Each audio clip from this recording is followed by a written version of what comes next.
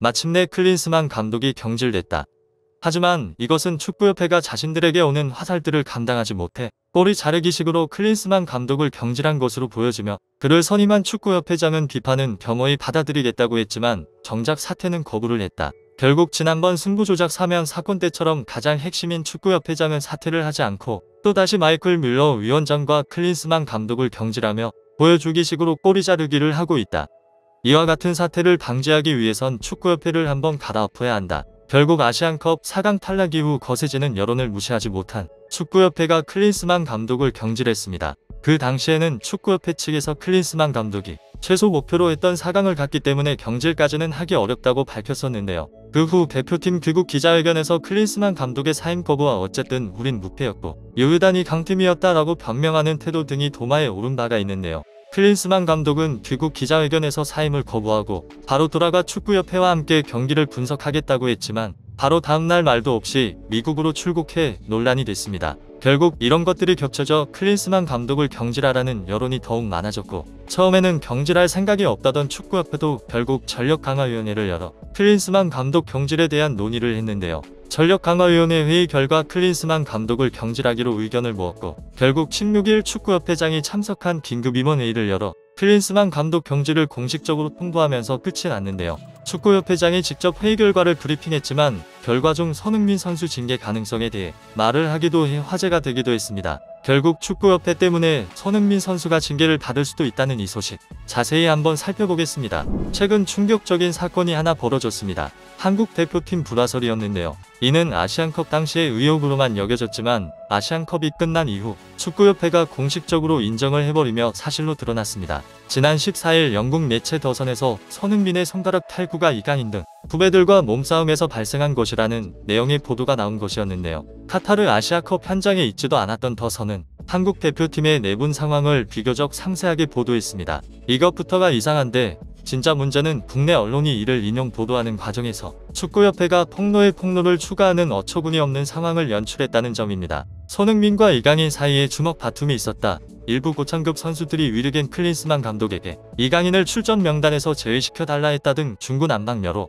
입을 통해 축구협회발 기사가 양산됐는데요. 보통 이런 기사가 양산되면 어떤 협회라는 곳은 당연히 선수들을 보호해야 하는 곳이기에 부인을 하며 선수들을 보호하는 것이 기본이지만 그 누구보다 빠르게 맞다고 인정을 해버렸는데요. 축구협회가 바로 인정을 해버리자 축구팬들은 이건 분명 축구협회 측에서 자신들의 책임을 무마하기 위해 축구협회가 나선 것이라는 의혹이 나오기도 했습니다. 이에 이를 본 외신에서는 한국은 협회가 선수를 보호해주지 않는 나라, 협회가 선수들을 방패로 삼는 나라라며 일제히 비판했는데요. 원래 협회는 문제가 발생하고 사건이 커졌으면 진상조사를 통해 잘못된 부분을 바로잡고 문제를 일으킨 당사자들에게 징계를 내려 재발 방지에 힘쓰는 게 정상이기 때문입니다. 심지어 축구협회 내부에서조차 출처가 어디인지도 모르고 있는 상황인데요. 그동안 수수방관하던 운영과 내부에서도 소통이 제대로 되지 않고 있다는 것을 보여준 꼴이 됐습니다. 이런 와중에 사건의 중심인 이강인, 손흥민 선수의 징계 가능성까지 논의되어 더욱 논란이 되고 있는데요. 정몽규 대한축구협회 회장이 직접 기자회견을 열어 회의 결과를 발표했습니다.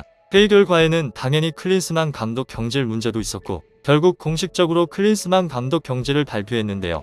회의 결과에는 아시안컵 당시 싸움을 했다고 알려진 손흥민, 이강인 선수의 사건도 포함되어 있었습니다. 이를 언급하며 두 선수 모두 각자 소속 구단이 있기 때문에 우리가 내릴 수 있는 징계는 국가대표 소집을 안 하는 것밖에는 없다고 말하며 징계 가능성을 언급했는데요. 추후 클린스만 감독의 후임 대표팀 감독이 선임되면 이 방안에 대해서 논의해야 한다며 이강인, 손흥민 두 선수가 3월에 열리는 북중미 월드컵 예선 경기에 소집되지 않을 수도 있다고 말한 것입니다. 그러면서도 정몽규 회장은 선수들이 오랜 기간 국가대표에 소집돼 정신적, 신체적으로 예민한 상황이었다며 팀에서 종종 일어날 수 있는 일인데 시시비비를 따지는 것은 상처를 더욱 악화시키는 것이다.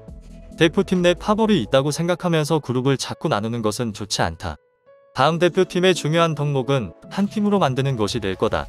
이것이 되기 위해서 언론과 국민 여러분들이 젊은 선수들을 도와주길 바란다 라고 말하는 뻔뻔한 모습을 보여주기도 했는데요. 지금 상황을 보게 되면 축구협회가 자신들에게 오는 화살을 돌리기 위해 아시안컵 선수 불화설을 퍼뜨린 것이 맞는 상황인데도 협회가 선수를 보호하지 않냐는 논란이 일자 이제 와서 뒤늦게 선수들을 보호하려고 하는 모습이 포착된 것입니다. 이걸 본 축구팬들은 그 누구보다 빠르게 인정하고 자신들이 제보했으면서 이제 와서 선수 보호하려는 모습, 진짜 국민들을 바보로 아는 것 같다. 자신들의 책임을 무마하기 위해서 선수들을 방패로 삼은 건 누구나 다 아는 사실인데 뒤늦게 선수 보호하려는 건 할 말이 없다. 제발 이참에 축구협회가 한번 싹 바뀌었으면 좋겠다. 누가 봐도 보여주기식으로 회의를 개최하고 꼬리 자르기로 회장 자신은 안 나가면서 감독 위원장만 경질하며 버티려는 모습 추하다. 진짜 사퇴해라 라고 말하며 축구협회가 뒤늦게 수습하려는 모습에 화가 난 반응이었는데요. 사퇴 여부에 대해서 말하기도 했습니다. 그는 지금 제4선 연임에 대해 굉장히 언론에서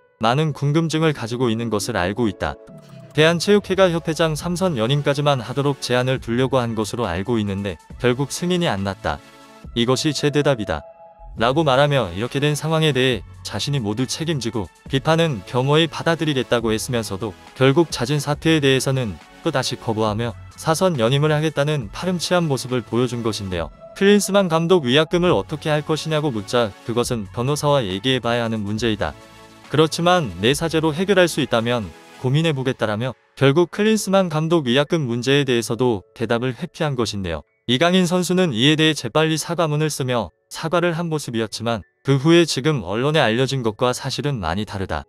지금 이강인 선수가 바이러스에 걸려있는 상태이기에 이강인 선수가 다 나으면 입장 표명을 통해 사실을 발표할 것이라고 했는데요. 현재 많이 알려진 이강인 선수가 손흥민 선수에게 주먹질을 했다는 사실과 하극상을 하며 대들었다는 것은 사실이 아니라며 많이 억울해하고 있다고 전하기도 했습니다. 이처럼 시작부터 위태롭던 클린스만호가 결국은 353일 만에 클린스만 감독이 경질되며 한국 축구의 최대 흑역사로 남게 되었는데요. 클린스만 감독은 경질되었지만 이를 선임한 정몽규 회장은 사퇴를 거부하며 아직 자리에 남아있기 때문에 정몽규 회장이 나가지 않는다면 이와 같은 사태는 또다시 반복될 것이기에 정몽규 회장의 4선 연임을 막아야 하는 상황인데요. 현실적으로는 정몽규 회장이 직접 사퇴를 하지 않는 이상 막을 방법이 없기 때문에 안타까운 심정입니다. 이참에 축구협회가 한번 싹 바뀌어 대한민국 축구가 정상적으로 살아났으면 좋겠습니다.